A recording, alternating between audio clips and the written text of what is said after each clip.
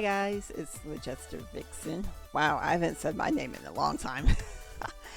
um, just going to do a short reaction. Forgot all about this. I should be ashamed of myself. I'm sorry.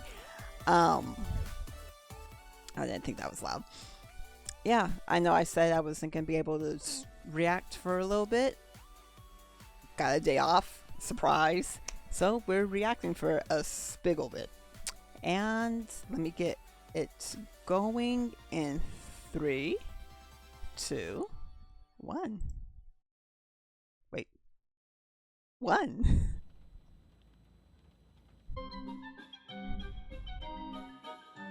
This video has been very kindly sponsored today by Cove Audio, and let me tell you, with their speakers being as good as this, you'll be able to hear crisp and bassy tunes all the way to the other end of a cove. I'm so sorry, that was a terrible pun. But in all seriousness, I was sent this portable Cove commuter speaker a few months back, and I've been in love with it since the day that I opened it. And as the name suggests, it's perfect for those who commute a lot and do a lot of travelling. Which I do, isn't that lucky? It's got a fantastic design, mixing digital touch and swipe systems with analog dials for volume. It's got a 3.5mm aux cable output, as well as Bluetooth for phones, tablets and computers. And my favourite thing about it? The subwoofer. I love me a bit of bass. Here is the same scary clown waltz from earlier, but with extra bass. Even better, you could actually take this Cove speaker to a real cove, because not only does it last 8 hours on a single charge, but it's also water resistant, so a few splashes from the ocean isn't going to bother it too much. I would demonstrate this, but I live in the UK, and if you've seen our beaches, you know they look like waste disposals. I suppose I could show you me driving along with it, since it does fit nicely in a cup holder, and even better, you won't get pulled over for drinking and driving, because it isn't a drink. If you want to check out this great bit of kit right now, then head to the description below to coveaudio.com/Caddy65. It's like Caddicarus, but without the Carus. And by using the discount code Caddy65, you'll be able to get yourself 65% off of this thing. That is an absolute steal as far as I'm concerned. I don't know if that's still a thing. I'm not sponsoring any of that, just a heads up. But we support you, Caddy. Wink. Be warned though, it does have a built-in mic, which is cool and all, but don't start taking private calls with it, alright? Yeah, Mum sent your baby blanket in the post. Did you receive it okay? Shut up, sis!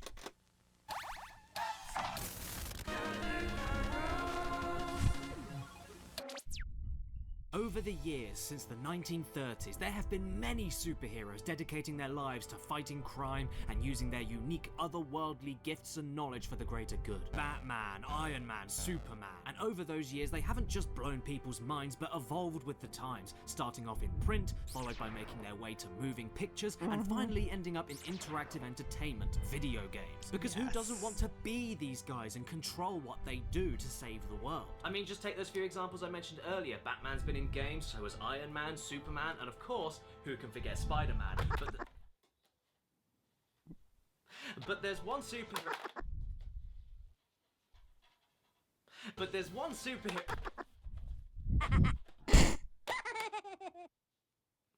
Stop it.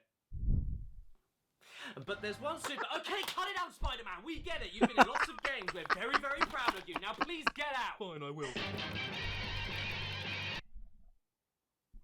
But there's one superhero that was late to the party, one that the world desperately needed, but wasn't discovered, unfortunately, until the 1990s. And it was in this decade that a young man went forth on a pilgrimage to commune with spirits beyond thine human comprehension, to worship and speaketh with the holiest and most legendary of all historical figures, and seeketh guidance to find this superhero that should have arrived decades prior, and so armed with his trusty companion, the Holy Bible. This young man hath felt the grace of God touch his soul as he opened the scripture to find his answers, which was when he saw staring unto him was his true God, Pepsiman. Your God is alive! Yeah, Pepsi got a superhero. Can you believe that? Look at him. He looks like a kiwi fruit with arms and legs that had its hair shaved off. This is what happens when Slender Man visits the gym. What's with these rippling biceps and broad, angular pecs? And why do I suddenly have feelings for a man made out of a logo? I mean, what's next? Waking up after a drunk night out next to this guy? Hey, Michelin Man, I think my pants are stuck in your rolls. As for his superpowers, though,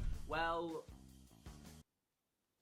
he can throw cans of Pepsi. That would hurt, especially frozen. He has radioactive Pepsi piss? Look, I don't know what the point of him is exactly, but I can at least assume that compared to Coca-Cola, Pepsi Man's butt sweat has 120 calories less per litre. The best thing about him, though? He got a video game. I mean, sure, it was only released in Japan because Pepsi Man was the Japanese exclusive Pepsi mascot, but who cares? It's 2019 and I finally get to play a game released on my childhood console in 1999 with this thing as its star. Let's be real, why was it released so late? For 1999, I think it was about time Pepsi got a video game because, let's be honest, as we all know, Pepsi is better than Coke! The intro to the game boots up and we see a strange, definitely not Japanese individual going to buy himself a Pepsi from a vending machine until he gets more than he bargained for. Oh, what was that? Oh, I know that music. Where is he? Where is he? Oh god, I really don't like this. Is he gonna jump out at us or something?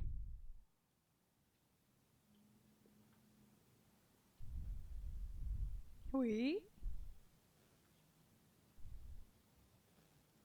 No, he isn't. Oh no, Okay. he's coming for us! Christ, what is with Pepsi Man dashing for the camera surrounded by this black void? This is worse than Nightmare Creatures and the game hasn't even started yet. Now this is what you call a menu. I mean, what? This game came out in 1999 and they couldn't think of anything more interesting? Just a silent list of options with a poorly rendered can of Pepsi spinning in the back? I know it's PS1, so I can't be that judgmental, but I've seen better graphical effects on some of the worst games ever made on the system, like Rascal. And I mean, there's nothing else on the screen. It's not like the PS1 is working overtime. It could look a little bit better. After hitting the game start command, we then cut back to this guy we saw in the first FMV sequence who nearly ingested Pepsi Man right into his gullet. He's a recurring character, believe it or not. And I really think he needs some help. Hey, let's start the game! You know, I'm so glad that a big, random, sweaty American guy in my Japanese exclusive PS1 game about a faceless, muscly tin man representing Pepsi told me that the game could start. Why are we waiting on his permission? Okay, so we're about to find out our first mission of the game. Here we go. I got a call that a vending machine ahead ran out of Pepsi when I got a flat tire. There are a bunch of people gathered. What is he in front of the doing with vending his machine, his and the word is hips? that they're just about to riot. Yes, you heard him correctly. We have to deliver Pepsi to the town before they riot and probably die of Pepsi Let's thirst start a because a vending riot. machine service truck tire is flat. It's not exactly saving the world, I know, but it's a good start. I mean, what's the point of living if you can't drink Pepsi? And listen to the desperation in his voice. This guy is worried sick. They're just about to riot. I haven't heard that much squeaking in someone's throat since Scooby-Doo got snipped. We nod our head in agreement and immediately the game starts. Whoa, what? Whoa, hang on, give me a second. Hey, stop! Pepsi Man, slow down!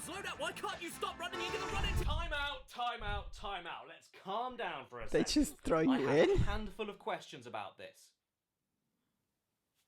And a Pepsi in the other hand. So let me get this straight. If Pepsi vending machines are drying out and nobody is able to buy some without the threat of a riot, why don't they just take the free cans of Pepsi lying in the middle of the street? They're everywhere. Actually, how is there a Pepsi shortage in the first place when there are giant trucks everywhere carrying literally nothing but Pepsi? And even without that, how could they be so bad at keeping stock up when there's an outright spam amount of Pepsi advertising in pavement signs all over the place and walls made out of Pepsi? In fact, when it comes to the age-old debate of Pepsi versus Coca-Cola, I'm not even sure Pepsi themselves prefer Pepsi because every single citizen and labor worker of this fine city is going out of their way to try and stop you. They don't want Pepsi, Pepsi Man, go home! Even better than all of this is that when he gets to the first empty vending machine, not only was I convinced from his standing position that he was going to wee Pepsi into it, but then the cheeky bastard decides to take a goddamn can from the vending machine he's supposed to be filling up. Aren't you made of Pepsi? Why do you get to drink the last ones available? And furthermore, why isn't Pepsi Man actually helping anyone? All he seems to do is ransack and pillage everybody's houses and steal their council's belongings, all so that he can just stand there looking proud of himself. And then, in the cruelest twist of fate,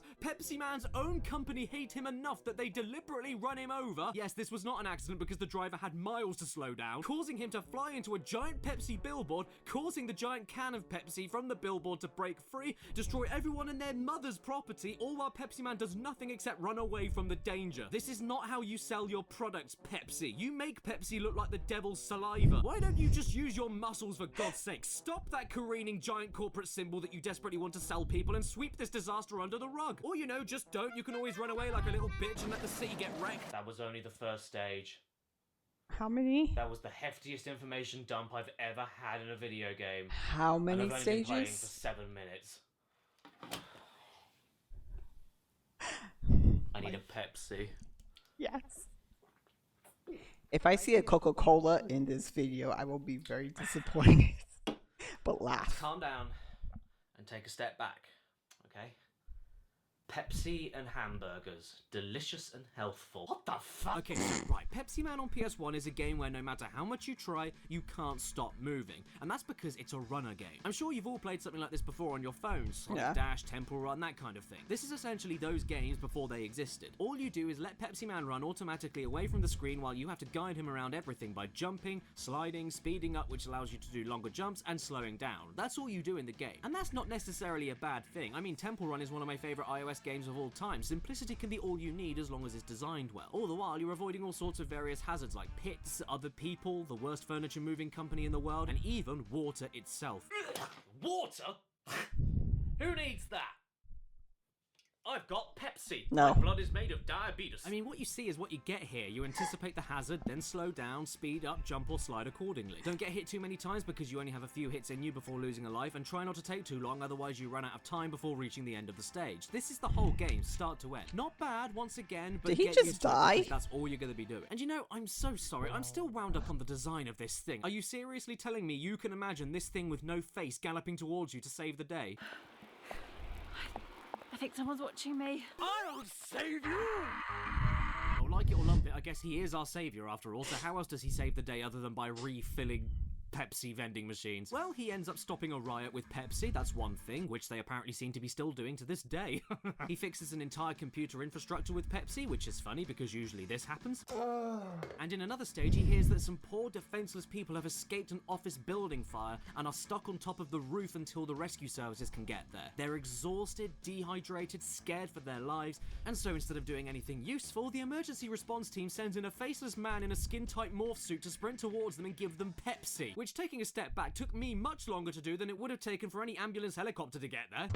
It gets worse than that too. How about this bit when you have an even worse situation? A plane crash in a desert. Surviving passengers even more tired, more afraid for their lives, even more dehydrated in the scorching heat and lost in the middle of a vast endless sea of sand. But the response team doesn't bother sending water to them so that they can, you know, stay alive, and instead ask Pepsi Man to charge full speed towards them with lots of Pepsi, which I'm pretty sure will dehydrate them even more and most likely forever associate Pepsi with the premature deaths of plane crash survivors. This whole game is the worst marketing strategy I've ever seen. Towards the end of the game, look at the utter chaos that ensues over this bloody fizzy beverage. People are losing their lives and their homes right now, all because of Pepsi and how badly they've been distributing it to their customers. Why the hell am I rescuing you if you keep throwing minecarts and boulders at me? Do you want me to save you or not? Is this whole game trying to paint Pepsi as something so addictive that a city built around it will drive the populace into a crack-like trance and cause pandemonium if they don't get their fix? Or is this game a metaphor to the fact that no matter what you throw at it and whatever you do to try and stop it, Pepsi will always find you in the end? You can never escape Pepsi. No. It's just crap. These chasing parts when you're dashing towards the screen can seriously suck on my toes. They appear at the end of every single stage, and I'm not kidding, are practically impossible without memorizing exactly what will happen. The camera is way too close to give you absolutely no indication on what's ahead or time to react. The obstacles and trip-ups are spat all over the road and come at you way too fast, and you only have 3 hits. 3 mistakes to make before you die and need to start over. I understand that completely. These parts require such a degree of surgical precision to get right that I'm convinced it would be easier to study actual surgery. In fact, why am I doing this? What's the point of wasting my life playing this? I could be learning to become a surgeon. I could be an F1 driver. I could be the back end of a pantomime donkey. Hell, I could even be the patient of the surgeon. I mean, just take a look at this part. Not only does it begin with rampaging bulls that you think will chase you, but then leaves you stuck with sentient wooden planks, but even worse, some logs come out and roll towards you, which is murder for your eyes with all this confusing garbled mess of 3D models spinning around. And then, yes, it gets even worse, more logs then start appearing from the top that bounce towards you, meaning that if you jump over some of the rolling logs, there's a high chance that you'll be immediately smacked by a bouncing one coming right up behind you, which is impossible to predict or even see coming. There's absolutely no way to get by this part without trial and error, and even worse, yes, it gets worse! You do still have the 3 hits before losing a life, but in this chase, every time you get hit, you move closer to the wooden planks, which is where all the bouncing and rolling logs are appearing from. Every other chase level has obstacles coming to you from the foreground, so moving back after getting hit isn't an issue. Here though, you get hit and you have 100% no chance to avoid them since your heels are right next to them. Oh, screw off, septic man! Come on, come on, come on, come on, I can do this, I can do this! Oh, wow. I'm sorry? Beautiful. No, you hear that? That's not the soundtrack glitching out. That is just what the soundtrack is when you're doing the chasing towards the screen sections. And bearing in mind the amount of times I replayed these sections, these noises I ended up hating within about 2.5 minutes. Okay, to be fair for a second, the Pepsiman theme itself that you find on YouTube is downright brilliant.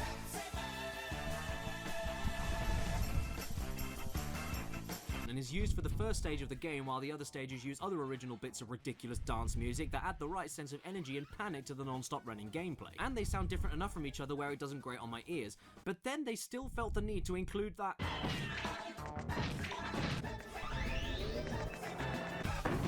in every damn song, and to be honest, it doesn't even fit most of the time. You're just listening to a catchy beat and then it cuts out in the middle of a bar to scream Pepsiman at you, and the frequency of it will grate on your ears. Or they decide to add that horrible concrete jackhammer effect to it.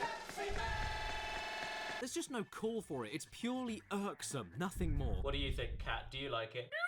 The bottom line, though, is that Pepsiman as a game is just like any other non-stop running game on your phone, but just not as good. Not only with those chase sequences, but even the main game itself can be finicky as all hell. The biggest gripe of mine being how speed adjustment works. You see, whenever you speed up or slow down, which the game does make you do sometimes, by the way, the timings of triggers of 3D objects on the same screen you're looking at do not adjust to your speed and assume that you're still running at them at the intended speed, meaning that not only is the rhythm of the obstacle screwed, but also the order in which things are supposed to appear. You'll be left with game over after game over because everything, and I mean everything, will just smack you down completely out of nowhere since you'll be too busy avoiding another object that did not account for your speed. It happens all the damn time and you can't control it or predict it. Even when I knew what was going to happen depending on my speed, the game somehow tricked me up. And this is at its most noticeable when two things come at you at once. I mean, I appreciate the danger warnings, guys, but that means nothing when you're stuck between a rock and a hard place, totally unable to avoid damage because your game is shite. Also, when you slow down, you can't move left or right at all, so don't rely on it when you want to slow down and steer.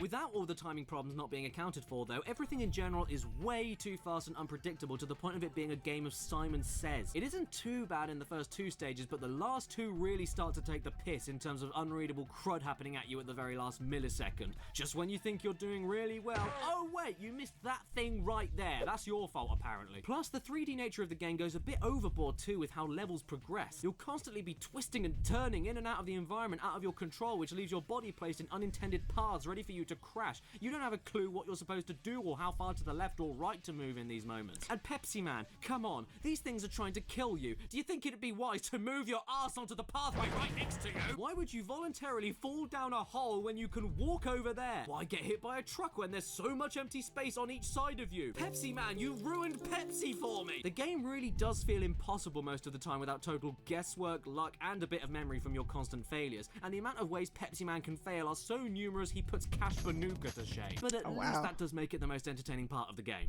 He'll be flattened, he'll smack his head on construction equipment, he'll smack into door frames, he'll skyrocket into the air, he'll trip over balcony railings and fall to the floor. That's my favourite. And the sound effects that go with them make the deaths much more enjoyable than they have any right to be.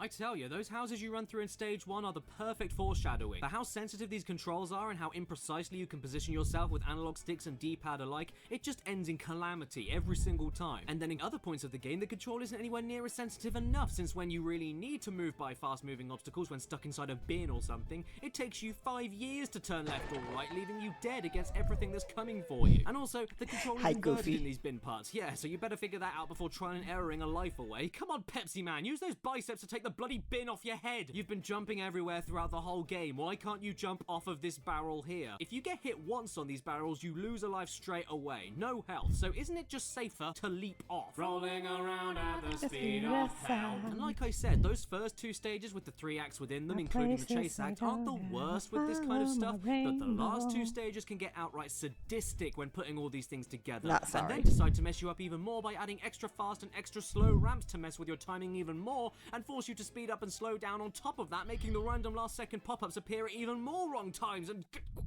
hazards that don't only knock you back to waste time and make you lose health, but also push you so far back you'll fall into a hole and lose a life anyway. Yeah, game's full of that too. Even Tumbleweed of all things. Tumbleweed, that's so light that the wind pushes it through the air, does this to you. You are the most pathetic superhero of all time. But the funny thing is that I just can't stop playing despite all this waste going on. Because every completed stage has another FMV scene with our favorite resident big sweaty man, and I want to see them all. Not only because I'm sickly curious to see how much more disgusting they can make him, but also because he says things Pepsi for TV game. that aren't even translated properly. These being used is outright bizarre to me. They're essentially more advertisements for Pepsi, so your reward for beating this game that's already an advertisement for Pepsi is more advertisements for Pepsi. Peptide? I think it's a peptide. And that wouldn't bother me, but the ads themselves are so unappealing that I don't know how they thought Pepsi looked to the Japanese market they were selling to. This is the American dream, guys. But yeah, combining me wanting to see how pointless and disturbing these FMV scenes got with the total absurdity of Pepsi Man as a concept in the first place is what's keeping me going no matter how angry I get with the game. And the fact that it's only 30 minutes long. Yeah, I'm not joking. I mentioned that each stage has 3 acts, 2 runners and 1 chase scene, which sounds like a lot, but when you consider all these acts last around 2 minutes when you know how they go, yeah, this game is a short one, so I guess for a first-time player they made up for the length of the game by giving you some of the hardest 4 stages on the PS1. I mean, come on now, look at this even. This is the very ending gameplay section of the last running stage before the final chase. You have to maneuver around the tightest gaps within the whole game while going insanely fast, with twisty-turny 3D angles, with slightly iffy controls, and with the fact that if you get hit 1 time, since it's a vehicle segment, you lose a life. Meaning if you want any chance to beat this stage, you cannot risk losing a single life going through all of this so that you're ready to fail and memorize the pattern for this bit at the end of it. You can't pick up more lives while you play the stages because that would be fair, so instead, if you lose them all right at the end here, game over my friend, and back to the beginning of all of this again. See all of these names on the credits? They're assholes! And what's my final reward for all of this? A useless slob with a serious Pepsi problem sitting in a rubbish tip of his own making that runs off camera about to piss his pants. Doesn't this make you want to crack open a cold one with the lads right now? But hey, aren't we all glad that Pepsi Man came through in the end? Because even though he saved the world from running out of Pepsi 20 years ago, we still feel the effects of his heroic actions even to this day. Like, whenever you go to a restaurant and the waiter asks you what you'd like to drink, you say Coke, and they ask you, is Pepsi okay? Yeah, I won't lie, this was probably the most aggravating and irritating hour of platforming gameplay I've ever experienced on the PS1, but I can't pretend that I didn't enjoy it a little bit. It really was just funny. It's so memorable. It's quite the ride, actually. And Pepsi Man, he's just the best mascot of all time. Look at that chain, you know he means business. So in the end, what else can you say other than, now it's Pepsi?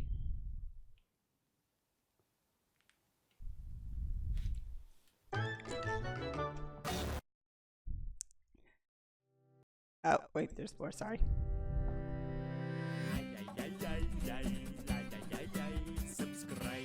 Hey there everybody, thank you so much for watching this video until the very end. Stay tuned for the outtakes because they will be on in just a second, but first I want to ask you, how do you like this wonky camera angle? Hey, The theme song is very, very catchy. You can join in Like, that theme song is catchy as all can be. Thank you so much to all of the people on the screen right now that have supported this channel and this show via Patreon. Wouldn't be able to do it without you guys. Thank you so much. And before the outtakes, before the outtakes, special thanks to the top tier supporters for this month. Exopaz, Matthew Hubble, The Mirthful Misanthrope, Brandon, Kirsten B, Cyberpunk Symphony, Nicole Ganara, Dave Marshall, Fart Rules, thank you so much for making your name that. Crotchety Old Emu, another great name. Nico Randell, The Game Shed, Daniel Leon, Mitchell Reed, and A.D. Thornton Smith. Thank you so much, every single one of you amazing people. These being... Hey, Michelin Man, I think my pants are stuck. No. Oh. Who's The home? kids got home. Oh. We were doing so well, now the dog's woken up. Yay! I'll save you! Oh, I fell over. Sorry. But yeah, combining me wanting to see how disturbing and pointless these FMP zines got. Feathery pillow.